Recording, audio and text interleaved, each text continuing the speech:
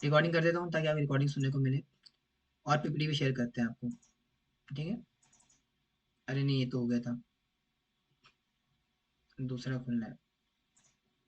हाँ, सबसे पहले मेरा क्वेश्चन आ रहा है कि भक्ति आपके अकॉर्डिंग भक्ति क्या होती है। जो पुराने डिवोटी से वो ना बोले, क्योंकि पुराने डिवोटीज को मैंने पढ़ा रखा है, ठीक है। लेकिन मैं जो नई डिवोटीज है फरवरी बैच वाले, उनसे मैं पूछना चाहूंगा कि आप भक्ति का क्या मतलब समझते हो, what do you mean by भक्ति। जो पुराने डिवोटीज है जिन्होंने नेक्टर डिवोशन अटेंड किया हुआ है, उनको तो पता ही है भक्ति क्या होती है, पूरा साइंस पता है उसका। लेकिन मैं आपसे जानना चाहता हूँ डिवोटीज कि आपको अभी तक क्या लगता है कि भक्ति वास्तव में क्या होती है। प्लीज टेल एनीवन, कोई बताएगा आप में से, व्हाट डू यू थिंक भक्ति इज। यस, जल्दी बताइए फिर हम आगे बढ़ने। आज ज्यादा समय नहीं हमारे पास, मतलब समय बहुत है, लेकिन बहुत कुछ डिस्कस करना है, इसलिए मैं ज्यादा समय वेस्ट करना नहीं चाह रहा था। बताइए। संसार से अलग होकर, अपना माइक्रोफोन ऑन कर सकते हो आप, मुझे ना अच्छा लगेगा अगर आप ऐसे इंक्लूड करोगे। संसार से अलग होकर परमात्मा और आत्मा को जाना।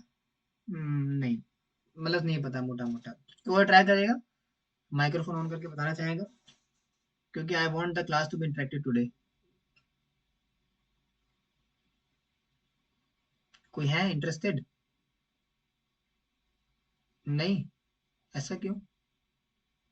मैंने माइक्रोफोन ऑन कर रखा है ना ऐसे, आप ऑन कर सकते हो।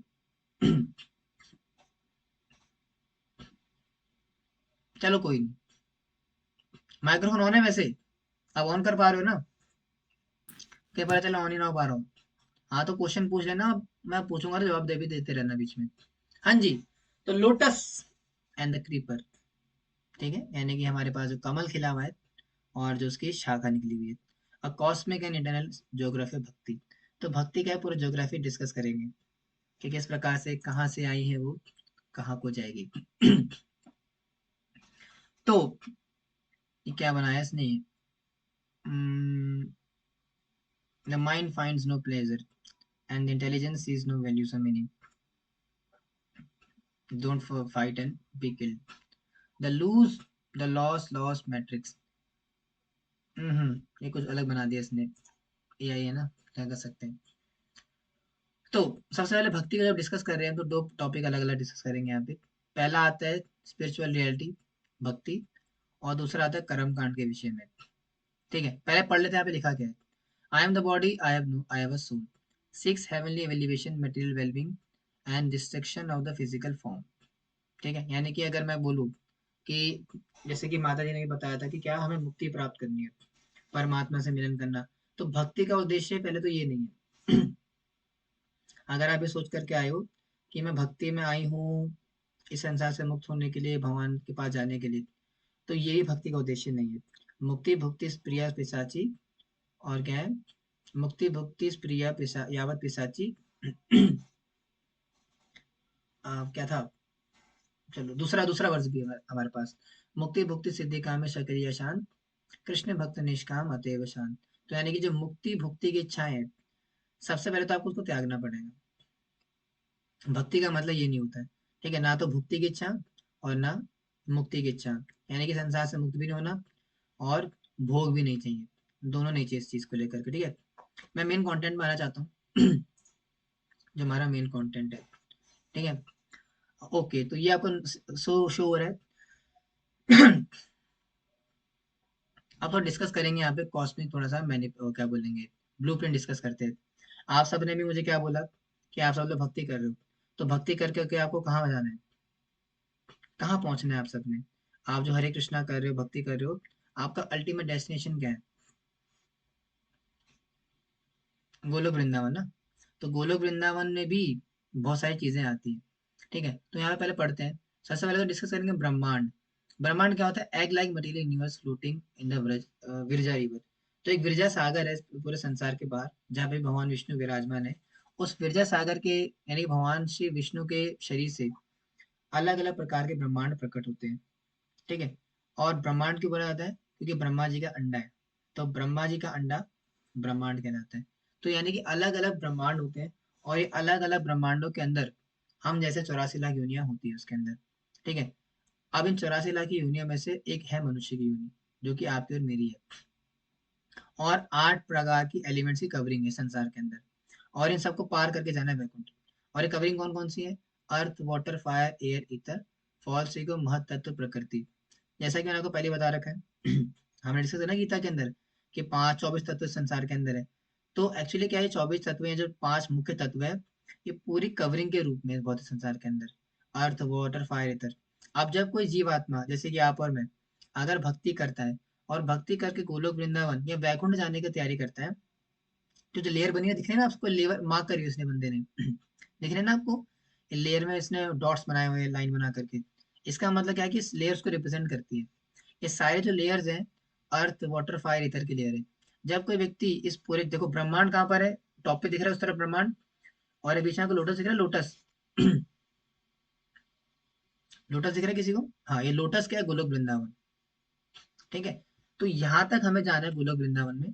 और अभी हम कहें ब्रह्मांड में, ये जो बाहर नजर आना आउटर कवरिंग, जहाँ पे जैसे अंडे बने बड़े, ये अंडे क्या है, बेसिकली ब्रह्मांड है, ब्रह्मांड है, पृथ्वी नहीं। याद रखना, पृथ्वी नहीं है, ये पूरा ब्रह्मांड है। और इस पूरे ब्रह्मांड के अंदर 14 लोग आते हैं, और इन 14 लोगों में से एक लोग हमारा पृथ्वी है। समझे? ये पूरा ब्रह्मांड है, और इन सारे ब्रह्मांडों के अंदर 14 लोग हैं, उसके अंदर पृथ्वी है। अब जब कोई व्यक्ति इस भौतिक संसार से मुक्त होकर के भगवान के धाम जाते हैं बीच में, लोटस में, क्योंकि भगवान का धाम कैसा है, लोटस की फॉर्म का है। तो जब कोई व्यक्ति इस पूरे ब्रह्मांड को छोड़ करके भगवान के पास जाना चाहता है, लोटस यानी कि गोलोक वृंदावन के अंदर, तो इस ब्रह्मांड में जो कि सबसे पहले दिखाया मैंने आपको, यहाँ से निकल करके जाता है इन 8 प्रकार की कवरिंग्स को पार करके, जिसमें कि है पृथ्वी, अग्नि, जल, वायु, आकाश, महातत्व, प्रकृति और फॉल्सिको। अब महतत्व क्या होता है, अभी नहीं बताऊंगा, मुश्किल हो जाएगा। बस इतना समझ लो कि इनको पार करके फिर आगे बढ़ते हैं। आगे कहाँ बढ़ता है? उसके बाद फिर नेक्स्ट कवरिंग आती है, वो कौन सी है? वैकुंठा एंड शिवलोका। दिख रहा है ना यहाँ पे लिखा हुआ है, नजर आ रहा है सर आपको? इतना बड़ा, इतना तो छोटा नहीं होगा ये, है ना? वैकुंठा और Shivaloka, the realms of the aishwarya, opulence and power. तो उसके बाद जब व्यक्ति, जब मान लो ब्रह्मांड पार कर लिया, ब्रह्मांड पार करके फिर जो है ये 8 कवरिंग पार कर ली, पृथ्वी, जल, अग्नि, वायु, आकाश और फॉल्स इको, महतत्व, प्रकृति, इस 8 प्रकृति, इस 8 लेयर्स को आपने पार कर दिया। उस लेयर के को पार करने के बाद जाकर के आप वैकुंठों तक पहुंचते हो और शिव लोकों को जाते हो। और फिर उस शिव लोक भी अलग करोड़ों करोड़ होते हैं, अनंत कोटि होते हैं, और वैकुंठ भी अनंत कोटि वैकुंठ है। फिर उस लेवल पे पहुंचेंगे आप विधि भक्ति करके। अब विधि भक्ति क्या होती है बोलेंगे प्रभु जी, अभी आगे डिस्कस करेंगे कि विधि भक्ति। पहले देखो यहाँ तक इसको समझ लो क्या बोल रहा हूँ मैं ये डायग्राम को याद रखना, क्योंकि डायग्राम से पता लगेगा कि आपको कहाँ जाना है। तो अगर कोई व्यक्ति विधि भक्ति करता है, वैदिक साधना भक्ति, सिर्फ वैदिक साधना भक्ति करता है, वैदिक भक्ति, विधि भक्ति, तो वह वैकुंठ तक आ सकता है। यानी जो 12 की कवरी दिख रही है ना, जहाँ मार्क करा हुआ उसने, तो यहाँ तक आ सकता है विधि भक्ति करके वैकुंठों तक। अब वैकुंठ भी करोड़ों करोड़ वैकुंठ होते हैं, अब उसमें कहाँ जाएगा उसको भी नहीं पता, कहीं भी जा सकता है वो। ठीक है, फिर वैकुंठों के अंदर भी लेयर्स होती है, साकेत धाम, है ना, जहाँ पे भगवान श्री रामचंद्र की लीला होती है, और नरसिंह भगवान का लोक, ऐसे ऐसे अलग अलग लोग होते हैं। तो अगर कोई व्यक्ति वैदिक भक्ति का पालन करता है, वैदिक साधना भक्ति का पालन करता है, तो ऐसा व्यक्ति वैकुंठ तक जा सकता है। लेकिन एक भक्ति का प्रकार होता है जिसको बोलते हैं रागानुगा भक्ति, नाम सुना होगा आपने। अब अगर कोई व्यक्ति रागानुगा भक्ति को पालन करता है, वैदिक भक्ति को पार करके रागानुगा साधना भक्ति में लगता है, और उसमें भी स्पेसिफिकली चैतन्य महाप्रभु के अंतर्गत रह करके, गौड़ संप्रदाय के अंतर्गत रह करके चैतन्य महाप्रभु की भक्ति करता है, या चैतन्य महाप्रभु के निर्देशों के अनुसार भक्ति करता है, तो वो फिर पहुंचता है लोटस के अंदर, the central lotus, the glowing core of the spiritual sky, that ultimate planet, the last covering, the lotus, lotus shade Goloka Vrindavan. तो तब जा करके व्यक्ति उस गोलोक वृंदावन तक पहुंचता है। समझ में आया? इसका मतलब अभी अब तक आपको लग रहा है प्रभु जी हरे कृष्णा कर रहे प्रभु जी हम तो, क्यों कर रहे हो? क्योंकि भाई प्रभु जी हमें गोलोक वृंदावन जाना है। तो मैं अगर आपसे पूछूं, जैसे नीतिका हमारे से पूछूं कहाँ है गोलोक वृंदावन, या अगर मान लो मैं पूछूं मेघना माता जी से कर रहा है यार, अगर मैं पूछूं शिवम प्रभु से कहाँ जाना है गोलोक वृंदावन, कहाँ पर है, बोले प्रभु जी ये बस अगली वाली गली में ही है। तो ऐसा नहीं है, कितना दूर जाना है आप देख लो। पहले पूरा ब्रह्मांडों को पार करना पड़ेगा, फिर 8 तत्वों को पार करना पड़ेगा, फिर सब वैकुंठों में जाकर के, वैकुंठ पार करके फिर जा करके गोलोक वृंदावन पहुंचेंगे। ठीक है, तो दैट मीन्स बहुत दूर जाना है हमने। फिर बोलेंगे प्रभु जी गोलोक वृंदावन के अंदर क्या क्या चीजें है प्रभु जी, है ना? गोलोक वृंदावन तो पहुंच गए अब हम, सारे पार कर करके अब हम गोलोक वृंदावन तक आ चुके हैं। लेकिन अब क्या, उसमें कहाँ जाना है? ऐसा भी कुछ है प्रभु जी?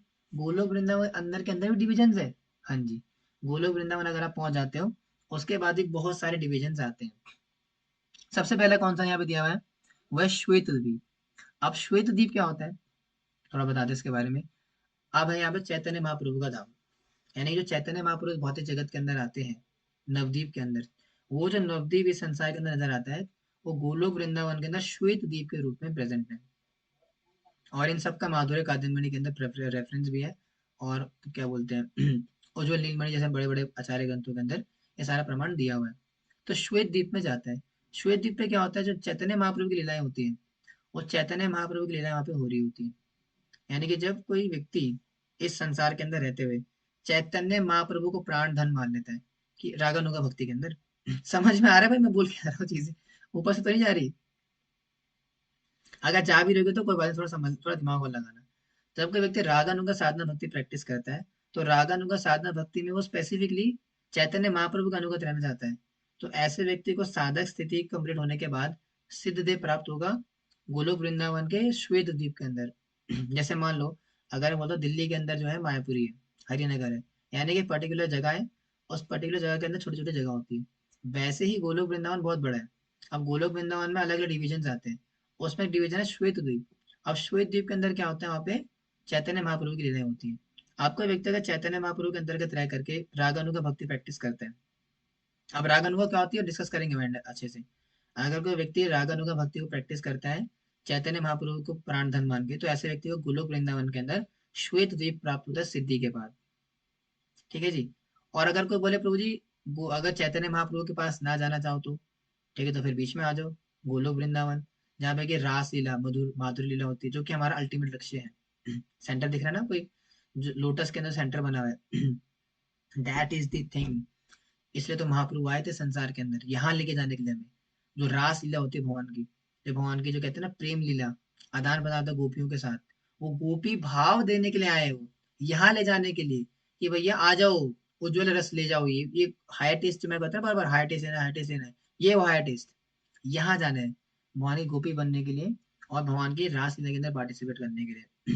लेकिन अगर कोई बोले प्रभु जी मुझे ना गोलोक वृंदावन नहीं जाना है, मेरा भाव नहीं, मतलब हालांकि हो सकता है कोई ऐसा बोल सके ना, अपने भाव के हिसाब से होता है कि प्रभु जी ना तो मुझे श्वेत जाना है महाप्रभु के पास, और ना मुझे रासलीला में कोई इंटरेस्ट है खास, तो मेरे को क्या करना है प्रभु जी, मेरा तो इंटरेस्ट है भाई राम जी के पास। तो ठीक है, अगर आपके पास राम जी के पास जाना है तो थोड़ा नीचे आ जाओ, गोलोक, इसने पागल ने थोड़ा सा ना गोलोक वृंदावन के दे दिया है, लेकिन एग्जैक्टली अयोध्या धाम गोलोक वृंदावन के अंदर नहीं है, वो थोड़ा नीचे पड़ता है, चलो कोई नहीं। तो अगर कोई जैसे मान लो बाहर के संप्रदाय, अगर मान लो कोई रामायण संप्रदाय के अंदर राम जी की उपासना करता है, या गौड़ संप्रदाय के अंतर्गत रहते थे, हरे कृष्णा कृष्णा कृष्णा हरे हरे, हरे राम आता ना, तो राम के कई सारे मतलब बताए गए चारों ने। अगर कोई व्यक्ति हरे राम में भगवान राम का स्मरण करेगा, तो यहाँ जाएगा फिर अयोध्या में, और अयोध्या में जाकर के गोलोक वृंदावन अलग है, यानी जो ओरिजिनल रूट था गोलोक, गोलोक के अंदर अयोध्या में जाकर के भगवान श्री रामचंद्र की उपासना करेगा।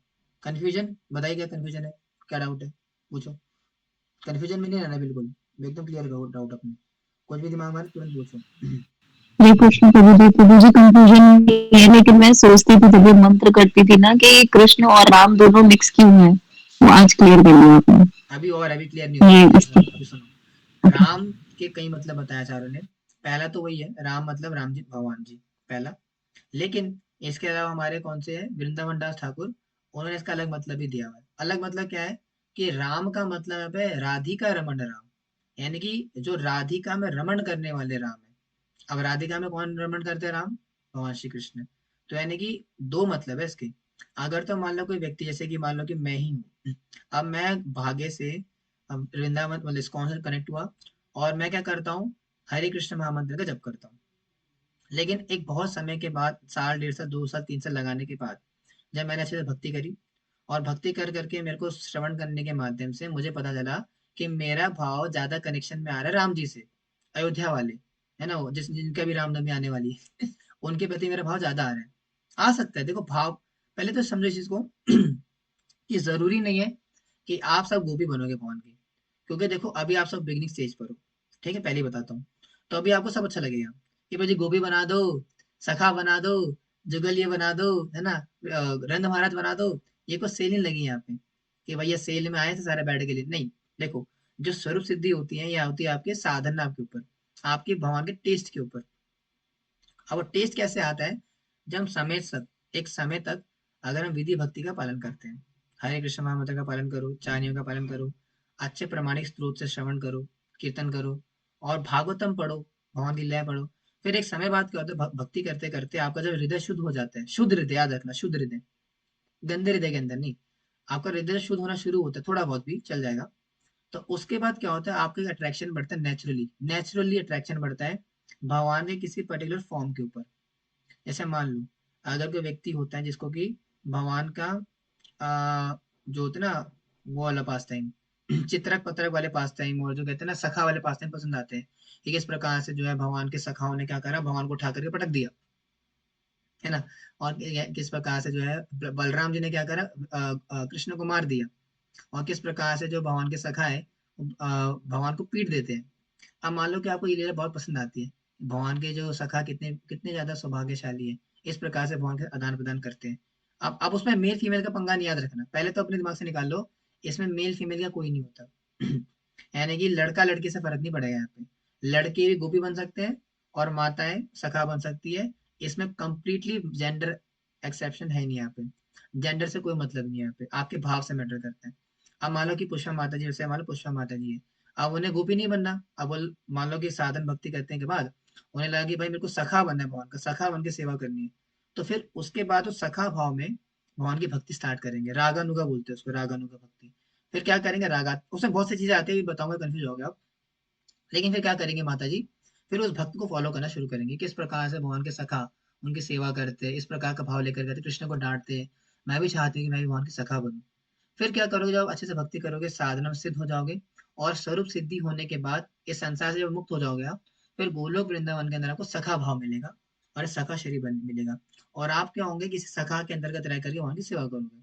जैसे हमारे चित्रक पत्रक हो गए, है ना, मधुमंगल हो गए। क्या कह रहे क्वेश्चन, क्वेश्चन आया, वेरी गुड। ऐसा नहीं, और आगे दास्य भाव में करना चाहे तो, अगर बता तभी, वो भी चार भाव होते हैं, ठीक है, दास्य, साख्य, वात्सल्य, माधुर्य। चलो बता देते हैं, ज्यादा ज्यादा वो नहीं करेंगे, बता ही देते हैं अभी। पहले ही बताता हूँ, ठीक है। अब मान लो कि कोई व्यक्ति सखा भाव में सेवा करना चाहता है, और सखा भाव में सेवा करने के लिए उसने इस प्रकार से सिद्ध हो गया। अब जब साधना में सिद्ध होने के बाद क्या करेगा, वो गोलोक वृंदावन के अंदर जाकर के भगवान का सखा बनेगा। अब सखा ऐसा नहीं कि डायरेक्ट सखा बन जाएगा, अब सखा के अंदर भी कई सारे जो मेन सखा होंगे रागात्मिका, जैसे हमारे चित्रक पत्रक, वो चित्रक पत्रक के अंतर्गत रह करके भगवान की सेवा करेगा सखा रूप में, ठीक है। अब वैसे ही क्या होता है, जैसे माता जी ने पूछा अभी दास्य भाव में, तो वैसे ही जो चैतन्य महाप्रभु है, चैतन्य महाप्रभु में चार प्रकार के भाव दिए हैं इस पूरे प्रोसेस के अंदर। नोट कर लो, काम आएगा आपके, शायद क्या बता आगे स्लाइड में दिया भी है, नहीं मुझे नहीं पता, अगर नहीं दिया तो नोट कर लो। चार चार ही भक्ति देने के लिए आए हैं। कौन कौन से, साख्य, माधुर्य, वात्सल्य, दास्य। दास्य, साख्य, माधुर्य और वात्सल्य, यानी कि चार भाव में भगवान की सेवा कर सकते हो, और ये चारों ओपन है। जैसे कि पहला कौन है, दास्य। अब दास्य का क्या मतलब यहाँ पे, दास्य का मतलब हो गया यहाँ पे, जैसे मान लो कि गाय के रूप में, जैसे मान लो कि आपको दास बनना भगवान का बहुत अच्छा लगता है, कि मैं तो भगवान की दासी हूँ। क्या कह रहे हैं माता जी यहाँ पे, प्रभु जी क्या फिर कृष्ण कोई अवतार से हम भाव जुड़ जाते हैं शुद्ध भक्ति करने के बाद, जोड़ना है, तभी तो कर रहे हैं। जुड़ जाता है क्या होता है, जोड़ना पड़ेगा। अगर गोलोक वृंदावन जाना है तो रागानुगा भक्ति करनी पड़ेगी, कृष्ण भगवान नहीं है, अब याद रखना। बोले मुझे कैसी बातें कर रहा, नहीं नहीं, देखो आपको समझना पड़ेगा, हमारी संप्रदाय अलग है। हम यहाँ पे कृष्ण को भगवान बनाने नहीं आए पे, कृष्ण भगवान पहले थे, अब चले गए भगवान, हमारे केस में भगवान ही रहे वो। अब समय के बाद क्या करना है, अगर आपकी इच्छा हो तो याद रखना, जबरदस्ती जबरदस्ती मत करना, अपराध हो जाएगा नहीं तो। देखो एक समय के बाद भक्ति करने के बाद भगवान क्या करेंगे आपको, अगर आप इस फील्ड के अंदर हो, रागा मतलब अच्छे से साधन भक्ति कर रहे हो, प्रपात के अंतर्गत रह करके, तो एक समय के बाद 3 4 साल 5 साल जितना भी आपको समय लगे, उसके बाद क्या होगा, भगवान क्या करेंगे, आपको एक भाव देंगे, भाव भाव देंगे, खुद से देंगे आपको, खुद से नहीं आएगा वो, भगवान आपको देंगे। कैसे देंगे, अगर आप अच्छे से श्रवण करेंगे, भक्ति करेंगे, तो आपको एक भाव विकसित होगा भगवान के प्रति। जैसे मान लो कि आपने भगवान को थोड़ा प्रेम से देखना चाहते हो, है ना, आपने लीला बहुत, मतलब भगवान की लीला सुनी आपने, वो लीला आपको आकर्षित करती है कि कितना सुंदर है भगवान का सखा, कितने अच्छे हैं, इस प्रकार से भगवान से आदान प्रदान करते हैं। काश में भगवान का सखा होता, तो जो काश में भी सखा होता, यहाँ से गाड़ी आगे बढ़ती है। फिर ये जो आपका भाव विकसित हुआ, सखा भाव, फिर सखा भाव को ले करके आप आगे बढ़ोगे और फिर रागानुगा में फिर सिद्ध होकर के आओगे। ठीक है, इस प्रकार से आपकी गाड़ी आगे बढ़ेगी। तो ये 4 भाव होंगे। मान लो कि कोई व्यक्ति है जो कि वैदिक भक्ति का पालन कर रहा है और चाहता है कि आप जाकर के भगवान का मैं दास बनूंगा गोलोक वृंदावन के अंदर। दास्य भाव में रह गए हो, सख्य साख्य भाव में और बाकी में नहीं आना चाहता हूँ, तो दास्य भाव के लिए वो बनेगा क्या?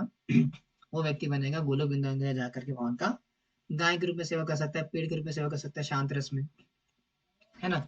दास्य रस के अंदर गाय बन जाएगा, मोर बन जाएगा और बंदर बन जाएगा। वहां पे गोलोक बंदर बनना कोई बुरी चीज यहाँ समझे मुझे बंदर बनूंगा मैं? अरे भाई गोलोक वृंदावन के अंदर बंदर बनना बहुत बड़ी बात है। बंदर ये कोई वो हमारे आसपास का बंदर नहीं है, गोलोक वृंदावन का बंदर, बंदर बन जाएगा वो। ठीक है, इस प्रकार से सेवा कर सकता है। अब मान लो कि कोई बोले प्रभु जी दास से तो मजा नहीं आ रहा प्रभु जी। देखो अगेन, ये खुद आपका जो भाव है ना, ये आपके हाथ में है। याद रखना, इसमें कृष्ण इंटरफेयर नहीं कर सकते। कृष्ण नहीं बोल सकते कि आप गोपी बनना है, आप सखा बनो, नहीं। आपका खुद का इंटरेस्ट जागेगा कि मुझे क्या बनना है, क्या मुझे गोपी बनना है, क्या मुझे सखा बनना है, क्या मुझे क्या बनना है, दास्य भाव में रहना है या साख्य भाव में रहना है, आपकी मर्जी होगी। इसमें कृष्ण कुछ नहीं बोलेंगे आपको। अगर आप साधना करोगे अच्छे से, फिर आपको जहां इंटरेस्ट जा रहा है वहां जाओ। सखा बना सखा बनो, गोपी बनना है गोपी बनो, आपके इंटरेस्ट के ऊपर होगा। अब जैसे मान लो कि कोई बोले कि दास्य नहीं, मुझे तो सखा बनना है, फिर आप सखा बनने के लिए आगे बढ़ो, मोहन का सखा बनने की लीला पढ़ो, उसके लिए उन रागात्मक भक्तों को फॉलो करो। फिर वो बोलेगा मुझे मुझे सखा भी नहीं बनना, मुझे तो मानो गोपी बनना है, ठीक है गोपी बनो। फिर माधुर्य प्रेम में आओ, माधुर्य लीला सुनो, रासलीला पढ़ो भगवान की, रासलीला सुनो पढ़ो अच्छी जगह से, वो सहजों से नहीं। रासलीला के विषय पढ़ो, जानो समझो सीखो। इस प्रकार से गोपियां भगवान की सेवा करती है, रासलीला करती है। क्या कह रहे हो? दास्य भाव के लिए क्या करना, क्या पढ़ना चाहिए? नहीं नहीं, भागवतम ही पढ़ो।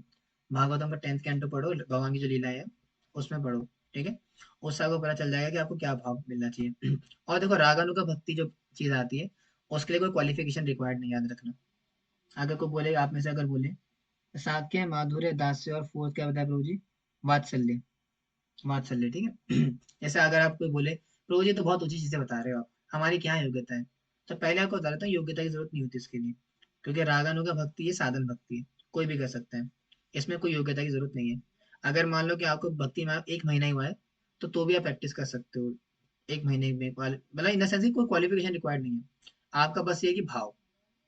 सबसे इंपॉर्टेंट फैक्टर होता है लॉल्यम। शास्त्र बताते हैं लॉल्यम, लॉल्यम का क्या मतलब होता है?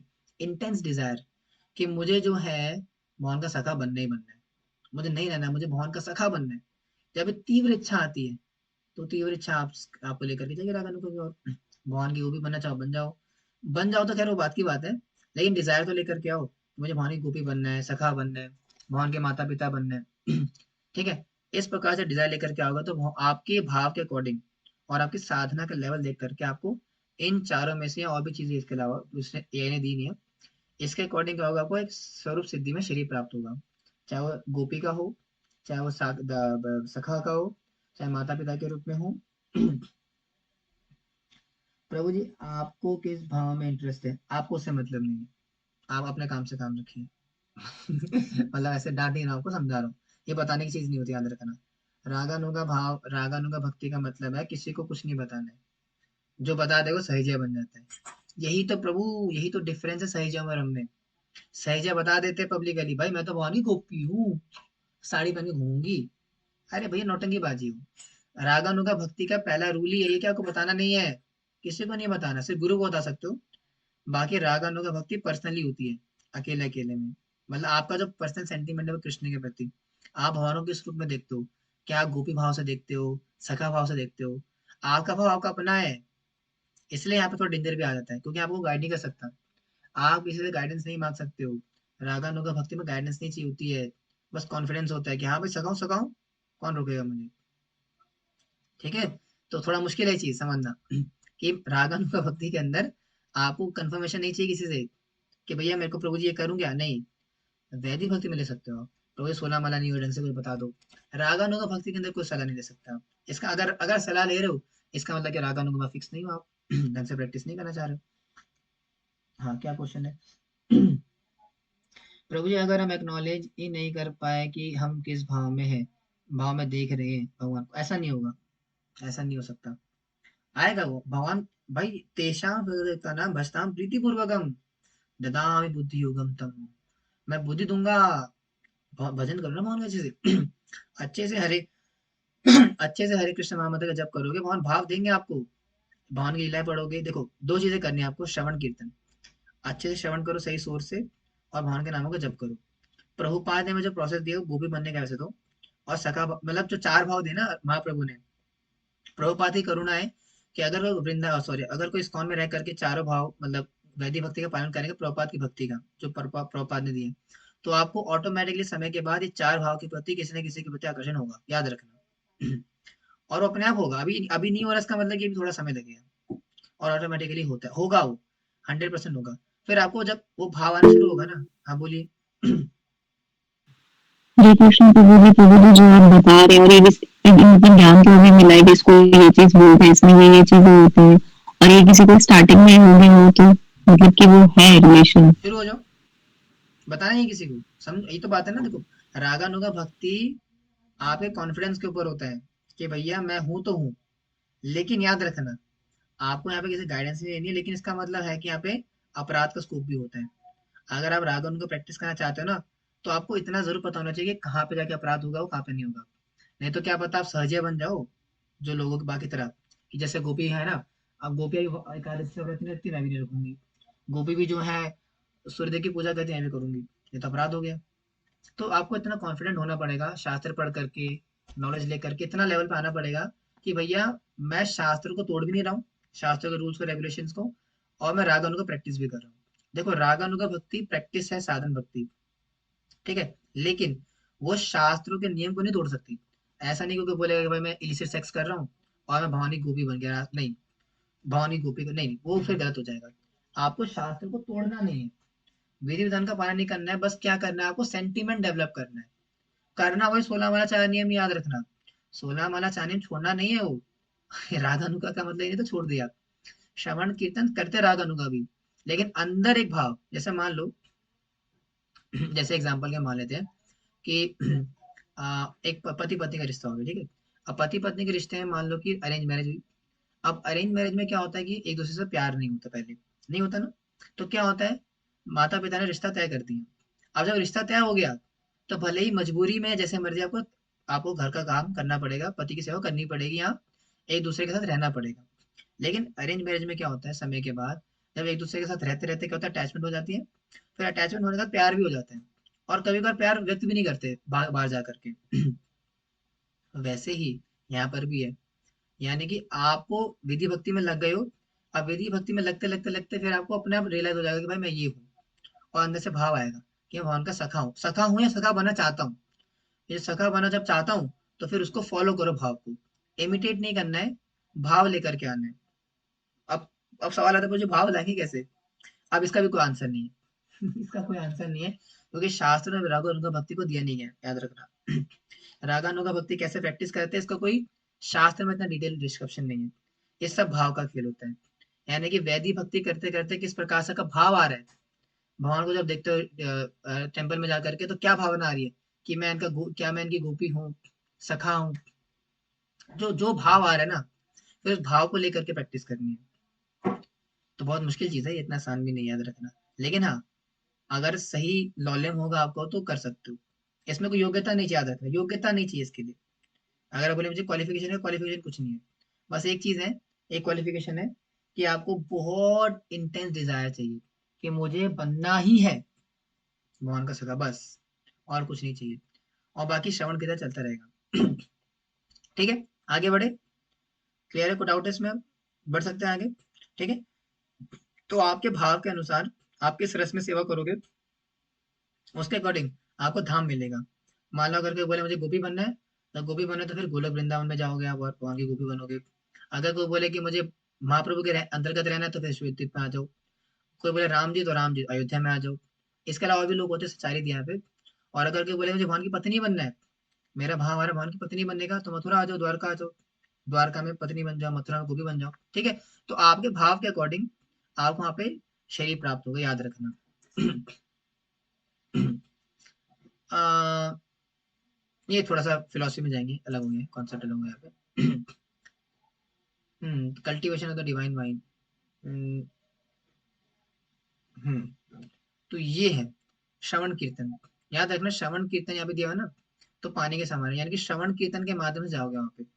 याद रखना रागानुगा जो भक्ति है ना, इट्स नॉन डिफरेंट फ्रॉम कोई और चीज। ऐसा नहीं कि रागानुगा भक्ति श्रवण कीर्तन नहीं करते, श्रवण कीर्तन चलता रहता है। श्रवण कीर्तन के साथ साथ रागानुगा भक्ति करनी है। हाँ, अब आई काम की चीज, अब आई ना काम की चीज। ठीक है, अब बोलेंगे प्रभु जी, समझ में आती है आपकी बात कि भैया सखा वखा बनना है, लेकिन प्रभु जी तो हाँ में बातें कर रहे हो घुमा फिरा के। सखा बनेंगे बनेंगे, लेकिन भैया स्टेजेस क्या है, स्टेप्स क्या है? तो इसको लेवल इसके कुछ स्टेप्स हैं, जिस स्टेप्स को फॉलो करके हम क्या करेंगे, वहां तक पहुंचेंगे। याद रखना, we have to follow some footsteps. उन स्टेप्स के ऊपर आगे बढ़ करके पहुंचेंगे, जो कि मैंने आपको बताया था कौन से, जो 9 स्टेज है। श्रद्धा, ये सब नोट कर लो कॉपी में। अब काम आएगा 9 स्टेज। श्रद्धा, साधु संग, भजन क्रिया, अनर्थ निवृत्ति, निष्ठा, रुचि, आसक्ति, भाव और प्रेम। अब मान लो कि आपको गोलोक वृंदावन का जाकर के भगवान की सेवा करनी है, सखा भाव में सेवा करनी है। आप रागानुगा भक्ति भी कर रहे हो, वेदी भक्ति भी कर रहे हो, और मान लो कि आपको रागानुगा भक्ति के अंदर आपको माधुर्य प्रेम, जो कि हमारे संप्रदाय का सबसे बड़ा गिफ्ट है, जो कि महाप्रभु में दिया हुआ है। यानी कि गोपी भाव, जो देखो गोपी भाव हमारे संप्रदाय का प्रोमिनेंट है, याद रखना। यानी कि हमारे संप्रदाय का सबसे प्रोमिनेंट भाग है गोपी भाव में। अगर किसी व्यक्ति को गोपी बनना है, तो सबसे बड़ी संपदा हमारी है, वही चैतन्य महाप्रभु आए हैं। और उसका सबसे बड़ा गिफ्ट है महाप्रभु का, वह है गोपी भाव। तो सबसे इंपॉर्टेंट है हमारा, लेकिन इसके अलावा बाकी भाव में भी जा सकते हो। लेकिन मान लो कि अगर किसी व्यक्ति को बोले कि मुझे गोपी बनना है भगवान की, और मैं प्रैक्टिस करना शुरू कर चुका हूँ, रागानुगा भी और साधन वृत्ति तो कर ही रहा हूँ। लेकिन उसके अलावा क्या क्या आपको स्टेप्स के थ्रू जाना पड़ेगा, इन 9 स्टेज। कौन कौन सी? श्रद्धा, जो कि आज हम डिस्कस करने वाले थे, लेकिन थोड़ा बहुत ही कर पाएंगे, ज्यादा नहीं कर पाएंगे। तो श्रद्धा से आगे बढ़ते गाड़ी, फिर साधु संग करेगा, भजन क्रिया, अनर्थ निवृत्ति, निष्ठा, रुचि, आसक्ति, भाव और प्रेम। अब ये क्या होती है? सबसे पहले मार्क करो, हमारी भक्ति के अंदर 16 स्टेज होती है। भक्ति में 16 प्रकार की स्टेजेस होती है, 16 टाइप्स। जिसमें से कि 9 प्रकार की जो स्टेज होती है, वो होती है साधक शरीर के अंदर, या साधक जो भी आएगा, अभी डिस्कस करेंगे। साधक शरीर के अंदर 9 प्रकार की होती है, जो कि आपके सामने दी हुई है। यानी कि जब व्यक्ति, जब साधक होता है, इस शरीर के अंदर है, और शरीर के अंदर होने के साथ साथ इस जगत के अंदर है। जब तक वो इस स्वरूप सिद्धि प्राप्त करके जगत से बाहर नहीं गया, तब तक वो व्यक्ति क्या है, इन 9 स्टेज की तरफ आगे बढ़ेगा भक्ति करते समय। वो श्रद्धा से बढ़ेगा आगे, श्रद्धा आएगी भगवान के प्रति। फिर साधु संग करेगा, जो कि अभी कर रहे हो आप। फिर क्या करेगा, भजन क्रिया, है ना, हरे कृष्ण महामंत्र का जब करेगा, 16 वाला 4 नियम। फिर भजन क्रिया करते करते अनर्थ निवृत्ति होगी उसकी। अनर्थ निवृत्ति का मतलब क्या है, कि अंदर से गंदगी निकलेगी, सारी काम क्रोध लोग निकलेगा। फिर जब वो मोटा मोटा निकल जाएगा, तो फिर निष्ठा तक आ जाएंगे। निष्ठा का क्या मतलब होता है, जैसे मैं बताया था पहले भी, कि निष्ठा सर का मतलब होता है कि आप भक्ति में फिक्स हो चुके हो, अब यहाँ से नीचे नहीं आओगे आप। निष्ठा का मतलब होता है कि अब आप भक्ति में फिक्स हो चुके हो, और आप भक्ति कभी छोड़ोगे नहीं आप। इससे नीचे तक डर होता है, 4 से यानी 5 वाली स्टेज से नीचे तक डर होता है, कि भाई छोड़ सकते हो आप, क्योंकि अभी तक उस लेवल पे नहीं पहुंचे हो। लेकिन जब 5वें लेवल पर पहुंचते हो निष्ठा स्तर पर, फिर निष्ठा स्तर पे आने के बाद जाकर के आपका जो है भगवान से आदान प्रदान शुरू होता है। अभी नहीं होता उतना, जब तक आप निष्ठा स्तर तक नहीं आए हो, तब तक अगर भगवान से आदान प्रदान शुरू नहीं होगा, याद रखना।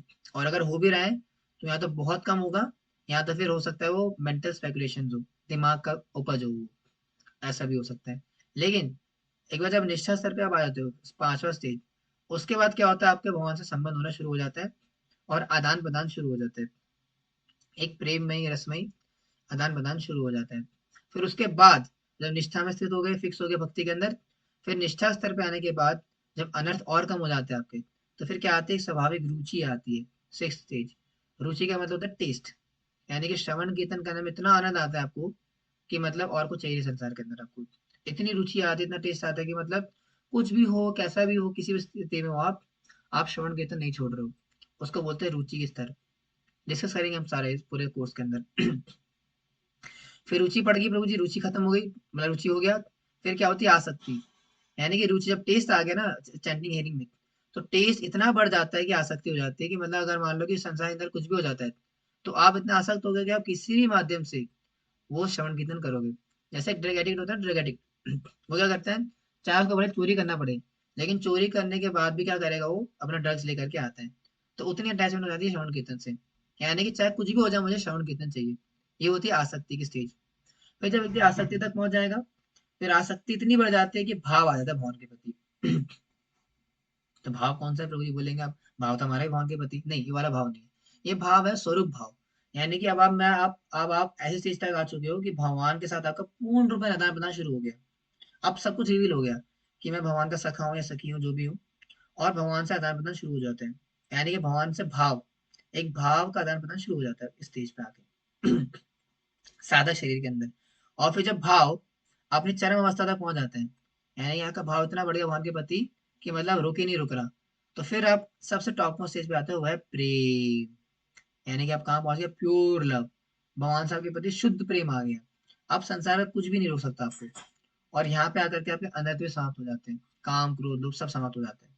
काम क्रोध लोभ सब कुछ खत्म। और यहाँ पे आने के बाद आपको भगवान का पूर्ण रूपे प्रेम मिल जाता है। अब मैंने कि भगवान आपके अपने हो गए यहाँ पे। यानी कि प्रेम स्तर तक आने के बाद आपका साधना पूरी हो जाती है, ऐसा मान सकते हो। यानी कि साधना, साधन भक्ति का क्या लक्ष्य है? भाव तक पहुंचोगे, फिर भाव के बाद राग अनुग आपको हेल्प करेगा प्रेम तक आने के लिए। तो यानी कि साधन भक्ति जो हम करते हैं, वैदिक साधना भक्ति, वो साधन भक्ति के माध्यम से भाव तक आ सकते हैं।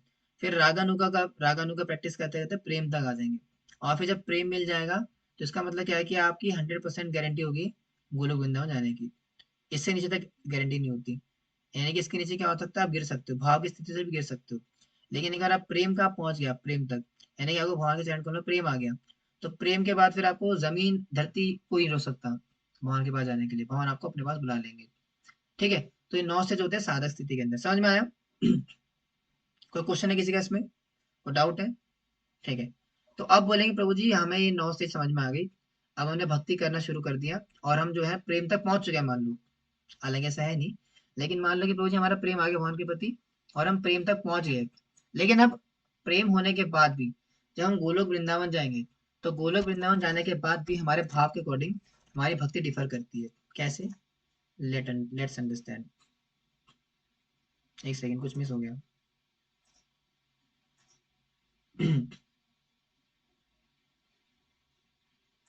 I think I missed something. नहीं ठीक है, सही था। उत्साहमयी। ओहो, उसने क्या दे दी? भजन क्रिया अलग अलग प्रकार की होती है। उत्साहमयी, घन तरला, मूढ़ विकल्पा, विषय संग्राम, नियम क्षमा, तरंग रंगनी। ओके, बाद में डिस्कस करेंगे, बहुत अनिश्चित चीज होती है। ठीक है। Origin of impurity, previous since and clearing impurities. हाँ, ये थोड़ा डिस्कस कर लेते हैं। अब कौन कौन सी चीजें क्लियर हो जाती है भक्ति करते समय? ठीक है। तो ये होता है हमारे पुराने जन्म के पाप नष्ट हो जाते हैं, है ना। हमारी पुण्य नष्ट हो जाते हैं। और प्रॉपर प्रैक्टिस अपराध वगैरह नष्ट हो जाते हैं शुद्ध भक्ति करने से। इससे थोड़ा एडवांस बना दिया, इतना चाहिए नहीं था हमें। मैं कहीं होना चाहता हूँ, आपके लेके आना चाहता हूँ। वो है ये। हाँ, ये थोड़ा इंपॉर्टेंट याद रखना। इसको थोड़ा डिस्कस करते हैं। यानी कि आप बोलेंगे प्रभु जी कि मैं भक्ति कर रही हूँ प्रभु जी, भक्ति कर रहे हैं हम सारे। अब भक्ति करने के बाद हमें ना, मुझे जाना है अब निष्ठा स्तर तक। या निष्ठा से ऊपर जाना है। लेकिन मेरे ना अनर्थ खत्म ही नहीं हो रहे प्रभु जी। काम क्रोध लोग मेरे को सता रहे हैं। तो कैसे जाएंगे वो? तो अलग अलग स्टेज पे भक्ति की अलग अलग प्रकार से हमारे वो क्या बोलते हैं लेवल्स में अनर्थ खत्म होते हैं। भजन क्रिया आपने शुरू कर दी ना, सब भजन क्रिया के अंदर है। अब भजन क्रिया के अंदर क्या होता है? हमारे सिन पाइटी नष्ट हो जाती है। यहाँ पे इसने लिखा नहीं हुआ है, लेकिन भजन क्रिया से हमारे पाप करना शुरू हो जाते हैं। अब जितना हमारी भजन क्रिया का बल है उस हिसाब से पाप जाते हैं। ठीक है। इम्प्रॉपर प्रैक्टिस करना, ऑफेंस ना अपराध। सॉरी, मैंने गलत बता दिया। यानी कि भजन क्रिया करते समय आपके पाप करने की प्रवृत्ति या पाप करने का वो नहीं जाता। यानी कि भजन क्रिया करते समय भी आप पाप कर सकते हो। ठीक है, पुण्य कर सकते हो। और साथ ही साथ क्या है कि आप भजन क्रिया करते समय आपकी प्रैक्टिस भी फिक्स नहीं होती। 4 दिन माला करोगे फिर नहीं करोगे, बोले मुझे मन नहीं कर रहा। ठीक है। तो इम्प्रॉपर प्रैक्टिस होती है भजन क्रिया के स्तर पर, जो कि अभी चल रही है हमारी। और अपराध होते रहते हैं, ऑफेंसेस। कभी नाम करते करते सो जाओगे, कहीं रील चला लोगे इंस्टाग्राम पे। अपराध होंगे नाम के प्रति, वैष्णव के प्रति। वो भजन क्रिया स्तर पर होते हैं। यानी कि भजन क्रिया स्तर पर व्यक्ति क्या करेगा? अपराध कर सकता है। ठीक है, और ढंग से अपराध वगैरह कर सकता है, और प्रैक्टिस भी फिक्स नहीं रहती उसकी। लेकिन जो निष्ठा स्तर आ जाती है एक स्टेज ऊपर, निष्ठा पे क्या होता है? आपकी पाप करने की प्रवृत्ति है ऑलमोस्ट खत्म हो जाती है। यानी कि उसका मोटा हिस्सा खत्म हो जाता है। कि निष्ठा स्तर पे आने का व्यक्ति पाप नहीं करता, अपराध नहीं करता, इंटेंशनली नहीं करता, गलती से कभी हो गया तो बात अलग है, लेकिन इंटेंशनली अपराध नहीं करेगा। भजन क्रिया में क्या होता है, आप अपराध कर सकते हो, पाप कर सकते हो, आपकी वृत्ति इतनी नहीं जाती है। और भजन क्रिया में बिल्कुल बेसिक लेवल कुछ भी नहीं जाता। लेकिन जब हम निष्ठा तक पहुंच जाते हो, यानी कि निष्ठा का मतलब क्या है कि आप एक अच्छे लेवल पे आगे भक्ति के अंदर, तो निष्ठा का मतलब होता है कि आपकी जो कहते हैं ना पाप करने की प्रवृत्ति है, वो ऑलमोस्ट खत्म हो जाती है। यानी कि पाप करने का पूरा जो होता है ना वासना, वासना तो नहीं, लेकिन पाप करने की प्रवृत्ति चली जाती है, यानी कि आप पाप नहीं करोगे, आप चाह करके अपराध नहीं करोगे। ये होता है निष्ठा का पहला स्तर, पहला लेवल, पहला क्रॉस चेक। दूसरा क्या होता है, इम्प्रॉपर प्रैक्टिस, यानी कि आपका जो कहते हैं ना ऊपर नीचे, जैसे मैंने बोला कि प्रभु 4 दिन माला करी फिर नहीं करी, आज आज रीडिंग नहीं करी, जैसे आपको साधना कर भेजते हो ना आप लोग तो उसमें क्या आता है कि आज नो रीडिंग नो हियरिंग, तो निष्ठा स्तर पे नहीं होता ये सब याद रखना। निष्ठा स्तर पे नो नो नहीं खाता उस पे, चैंटिंग हियरिंग करनी करनी है, चाहे भले मर जाऊंगा, लेकिन चैंटिंग हियरिंग रीडिंग करके रहूंगा। इसको बोलते हैं निष्ठा स्तर। ठीक है, तो निष्ठा स्तर के अंदर आपका जो है प्रैक्टिस प्रॉपर हो जाती है, यानी कि आप 16 हमारा चाहे करोगे करोगे चाहे जो हो जाए। और दूसरा क्या होता है, अपराध। अपराध परसेवी का क्या मतलब होता है कि थोड़ा रह जाता है, यानी कि अपराध आप बिल्कुल तो नहीं करोगे, लेकिन नाम अपराध वैष्णव अपराध कुछ कुछ लेवल पे रह जाते हैं, सूक्ष्म लेवल पे रह जाते हैं है ना। फिर उसके बाद एक और स्टेज आती है, वो है रुचि। जब एक और स्टेज ऊपर आते हैं रुचि में, तो रुचि में आपके पाप पुण्य खत्म हो जाते हैं, और साधना तो फिक्स हो चुकी थी पहले से, और ऑफेंसेस भी खत्म हो जाते हैं ऑलमोस्ट, यानी कि आप चाह करके ऑफेंस नहीं करते हो। ठीक है, आप जो है ऑफेंस करना बंद कर चुके हो। फिर रुचि के अंदर ये होता है। फिर आसक्ति के अंदर क्या होता है, आसक्ति के अंदर जो आपकी पाप करने की वृत्ति है, एब्सोल्यूट का क्या मतलब होता है कि पूर्ण रूप में हट जाती है। यानी कि निष्ठा साधता क्या होता है कि पाप करने की प्रवृत्ति नहीं जाती, पाप करना बंद कर देते हो आप, लेकिन प्रवृत्ति रहती है। लेकिन आसक्ति जब आ जाती है भगवान से, तो उसमें क्या होता है, पाप करने की प्रवृत्ति भी नष्ट हो जाती है, और फिर भाव प्रेम के अंदर पूरा हो जाता है। भाव जब भाव और प्रेम के अंदर आपके सारे प्रकार के अंदर नष्ट हो जाते हैं, लेकिन भाव स्तर तक आपके नष्ट रहते हैं, याद रखना। भाव स्तर तक आप ऑफेंस कर सकते हो, प्रेम के बाद आपका सब नष्ट हो जाता है। समझ में आ रही चीजें ऊपर से तो नहीं निकलता ना कोई डाउट होगा तो बीच में पूछते रहिएगा, ठीक है, इंपॉर्टेंट पॉइंट्स है सारे तो निष्ठा स्तर मैंने बताया, निष्ठा स्तर पे अगर कोई व्यक्ति आ जाता है, तो स्टडी हो जाता है अपनी भक्ति के अंदर, और पूर्ण रूप में जो फिक्स हो जाएगा, और निष्ठा स्तर से फिर ऊपर जाके रुचि तक पहुंचेगा वो और अगर कोई व्यक्ति प्रेम भक्ति मान लिया, मान लो कि कोई व्यक्ति ने प्रेम भक्ति हासिल कर ली, यानी कि उसको क्या हो गया, भगवान का प्रेम प्राप्त हो गया, तो प्रेमा भक्ति जहाँ है थे अविद्या विनाश हो जाती है। तो प्रेम भक्ति मिलने से क्या होता है, अविद्या विनाश हो जाती है। ठीक है, तो death of avidya, the root of ignorance is completely destroyed, liberation is achieved by default. यानी कि अगर आपने प्रेम भक्ति हासिल कर ली है, तो क्या होगा उससे, आपका अविद्या, इस संसार के प्रति जो आपका देखने का नजरिया खत्म हो जाएगा, बदल जाएगा, और आपकी सारी प्रकार की अविद्या नष्ट हो जाती है। ठीक है, जिसको बोलते हैं मोक्ष लहुदाकृत, और मुक्ति की छवि खत्म हो जाती है। जैसे माता जी ने बोला था गोलोक वृंदावन, तो गोलोक वृंदावन जाने की इच्छा भी खत्म हो जाएगी आपकी। क्या करना है जा करके, भगवान की सेवा मिल जाए बस। तो ये होता है प्रेम का लक्षण, यानी कि जब आपकी जो है मोक्ष की इच्छा भी खत्म हो जाए, मुक्ति की, गोलोक वृंदावन नहीं, मतलब मुक्ति मतलब वो भगवान के लीन होना उसमें, तो मुक्ति की इच्छा भी खत्म हो जाती है, और अविद्या विनाश हो जाती है, तो उसको बोलता है प्रेम की स्थिति का आ गए आप। और स्वरूप शक्ति, यानी कि अब आप क्या हो गए, महात्मा अस्तु महाभारता दैवी प्रकृति माशिता, भगवान की अंतरंग शक्ति के अंतर्गत आ जाते हो आप। ठीक है सांद्रानंद विशेषात्मा, चलो ठीक है, अभी बहुत ज्यादा से डिटेल दे दिया, जरूरत नहीं थी हमें ये क्या दिया इसने, the six divine appliances and, बहुत डिटेल दिया इसने, इतना जरूरत नहीं थी हमें।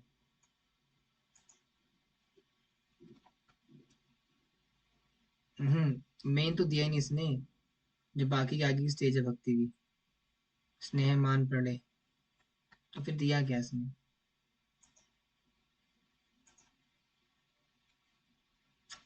गड़बड़ हो गई, ठीक है, चलो कोई नहीं हाँ, कुछ क्वेश्चन आ रहा है, क्या पूछा आपने, एक सेकेंड आई नो, एक सेकेंड, क्वेश्चन है प्रभु जी, ग्रुप में आपने एक चार्ट भेजा था, उसको थोड़ा आप एक्सप्लेन कर दीजिए, उसको थोड़ा नहीं, उसको बहुत एक्सप्लेन करना पड़ेगा, बहुत लंबी चीज़ है वो। ठीक है, आपको पढ़ने के लिए दिया था वो तो ठीक है ड्यूटीज, थोड़ा ये मेरी पीपीटी खत्म हो गई, थोड़ा गलत बनाया था, तो हमें समझ में आ गया कि किस प्रकार से हमें आगे बढ़ना है भक्ति के अंदर। तो भक्ति क्या है, ठीक है, यानी जब हम साधक स्थिति तक होते हैं, ठीक है, जब हम साधक लेवल पर होंगे तब तक, साधक स्थिति तक, अभी क्लास खत्म नहीं हुई है, जाना नहीं है, अभी दूसरी स्लाइड शेयर करूंगा ठीक है। तो यानी कि हमारी भक्ति की 16 स्टेज होती है टोटल, बाकी के साधक वो नेक्स्ट क्लास में बताते हैं, अभी 9 दिए पे, ढंग से बनाएंगे वीडियो और अच्छे से तो यानी कि जब हम साधक स्थिति में होते हैं तो हम 9 स्टेज पर आगे बढ़ते हैं, श्रद्धा, साधु संग, भजन क्रिया, अनंत निवृत्ति, निष्ठा, रुचि, आसक्ति, भाव, प्रेम। तो ये 9 स्टेज होती है साधक श्रेणी के अंदर। फिर जब साधक श्रेणी को प्राप्त करने के बाद व्यक्ति जब गोलोक वृंदावन पहुंच जाता है, तो वहां पर भी 7 लेवल होते हैं भक्ति के। कौन कौन से? स्नेह,